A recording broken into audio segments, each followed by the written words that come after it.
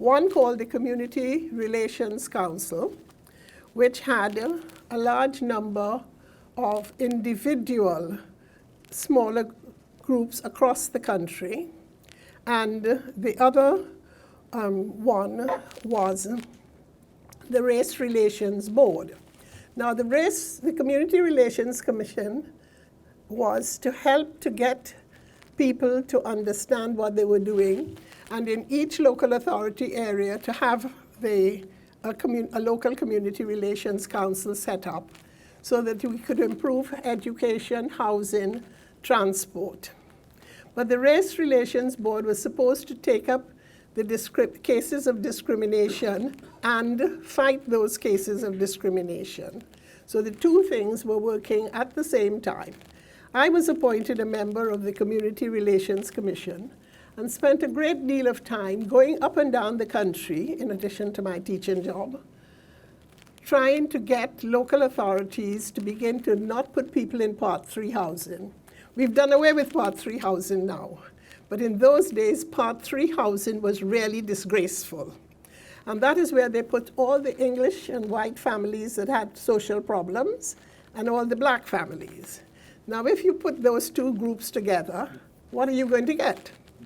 You're going to get a whole series of additional problems apart from the racial discrimination, because you have people in great need, people in need of social welfare help, people in need of mental health, people in need of not suffering from the problems of racial discrimination.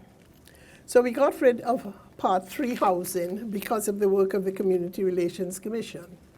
And then a large number of cases were taken by the Race Relations Board through the courts. And because this is a largely law-abiding society, people began to accept that they wouldn't discriminate against you. But there were many instances of where, although racism and the overt practice of racism was being diminished, yet people like the people at the gate, the factory gates, would tell you the jobs are advertised at the factory gate, but they tell you all were filled, so why didn't you take the sign down? And this happened to me when I went into Brixton to run a campaign and teach some of the members of the Caribbean community to become tutors when we had the big literacy campaign. I was very early. I tend to be too early for most things. I was early, and so I went into Marks and Spencer's, not intending to purchase anything, but just to look at the place, to pass a few minutes. And I walked from the front, which is on the high street, right through the back. It takes the whole block up. And at the back, there was a sign for a large number of jobs. I made a mental note of it, went back to my school, and the next day I rang to make an appointment to apply for a job. And I applied for the job, got an appointment, and on the Saturday I turned up, and there was this person there, a young person, and I said, "My name is Jocelyn Barrow. I'm here to see Miss So-and-so about a job." She says, "They're all gone." I said, "And why are the signs down?" And I don't know if the lady inside who was expecting me came out, and she said, "What's the problem? Come inside and let's talk in my office." I said, "No, this is a public issue. You advertise jobs, and I'm being told that they're filled." Which is the truth. They're either filled or they're not filled. If they're filled, take the sign down. And I had with me, because we had a lot of very useful people and very important people who had helped us in the campaign against race relations, the campaign against discrimination. And I had a letter from Lord Safe, who was the owner of Marks and Spencer's, in my handbag. As you notice, I always carry a large handbag with a lot of clutter. And I just took out the top of the letterhead, and she could see that the letter was addressed to me, "Dear Jocelyn."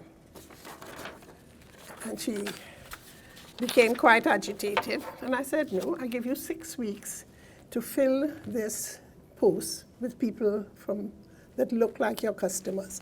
Stand up at the back of the shop and look at the whole number of people in the counters, at the cash tills, and who are selecting goods. 2/3 of them were black. Brixton is a black place. And so she did. So I went back in 6 weeks' time, because I told her if in 6 weeks' time I wasn't satisfied, I'd complain to Lord Safe. And that meant she knew she would have no job. But then everybody wasn't in my position when they faced discrimination like that, to be able to take that sort of action. So it was important to get the local authorities in setting up the local CRCs to make sure that the people that they gave jobs to complied to the Race Relations Act, that employment was fair, and they also made sure that they themselves as an employer, now the local authorities are some of the largest employers in the country. They make sure that they as employers were meeting and keeping the Race Relations Act. Now, that was part of what we had to do. Even after we got the legislation, we still had to campaign. For example, in this beautiful area of London that we're all sitting and feeling very comfortable about, the city was one of the hardest places to break through. And CARD got the Observer to give us money to run a little project to test the city's intentions to take black people into its banks and insurance companies, etc. And what we did was we looked at all the advertisements that they had put out, and the Observer and the Sunday Times were places that they put out all the major advertisements. And we got a group of Asians with Asian names to apply, and we got Africans with English-sounding names, like people from Sierra Leone and Ghana, etc., and Caribbean people to apply. Not one person from the Asian group was ever interviewed. One person from the Caribbean group was interviewed and offered a job in Africa. When the Observer published that this Sunday on their front page, things began to change. Now, that's a slow process. But many of you now who are able to work in the city, and those of you who have progressed through the city to the top of echelons of the city, have to remember that that was in the beginning of the 70s, 68 to 72. That was not the case. We have made tremendous progress, and we have seen that progress actually evidenced here today by people that are sitting in this room, like Jackie Chamberlain, Darren, I've forgotten your surname, sorry about that, who are at the top of their professions. But that was not always true. And because of that, we had to continue to fight for better legislation, so that when we got the 1971 Act, which then brought both the Community Relations Commission and the Race Relations Board into one body. And we had to continue to have campaigns to get people to look at what they were doing, a large number of training, so that in education we began to train teachers in multicultural education. We began to provide classes for Asian children who were born in this country but spoke their mother tongue, so that the Asian children had English, and it was started in Leeds and spread throughout the country, which was something that the government supported, the teaching of English to non-English speaking children. And that has allowed a large number of the Asian community to be able to succeed in education. We also had to make sure that the legislation was being carried out. If you had a complaint, and we had a lot of police brutality, I mean, people talk about the problems of the police at the moment It is nothing compared to what we had in the 60s, 70s, 80s, and early 90s in this country. There was a commission set up by the government that, as a result of it, said that the Metropolitan Police were institutionally racist. And we are still seeing examples of the Metropolitans' racism, not in a covert fashion, but in a very not in an overt fashion, but in a very covert way, in which there are still problems with the police and the black community. And it is important for us to remember that when we talk about getting justice and equality, we are not talking about people losing their ethnic heritage. We are not talking about integration, which in some of the earlier concepts meant conciliation.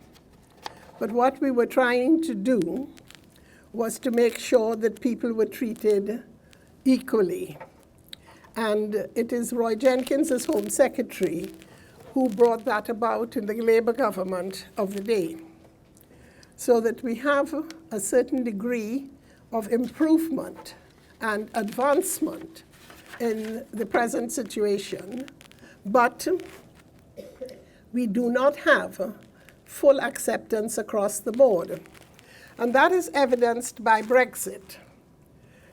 After Brexit, we had a large number of people who accosted young black and Asian people born in this country, maybe second or third generation, and told them, why are they still here? Why aren't you going home? So that the government has a responsibility to distinguish between the free movements of European people and Commonwealth immigrants who have been here. And people forget, for example, that in the Battle of Waterloo, we had Jamaican soldiers. So if you go to the Museum of the Army, you will see a letter that I got put there from the Army at that time, pensioning off a Jamaican at $1 a week, saying how well he had served in the Battle of Waterloo. That was 1815. We're in 2016. We're talking about 200 years ago. And people are behaving as if we have just landed and we must leave. And they're not respecting the fact that a large number of people have been born and brought up in this country. And people like me who were born in the Commonwealth was born British a very long time ago. So that when young people at customs or at the airport say, what nationality are you? I'm able to tell most of them, I was born British before you were born. Now, they don't take to that very kindly, but it is a sharp reminder that you look at an old woman like me with a British passport and ask me, are you British? Well, why would I have the passport if I wasn't? But you have to keep telling people these things. Now, one of the things that I think one needs to look at is the fact that as part of Brexit, we have seen a tremendous amount of anti-Semitism. Now, when I first came to this country in the 60s, we had quite a lot of that. We had a group led by Max Mosley called the Black Shirts. And I taught in the East End, the school that you see Michelle Obama talking to the children now, called Mulberry, was Tower Hamlets Girls' School. It was the first comprehensive girls' school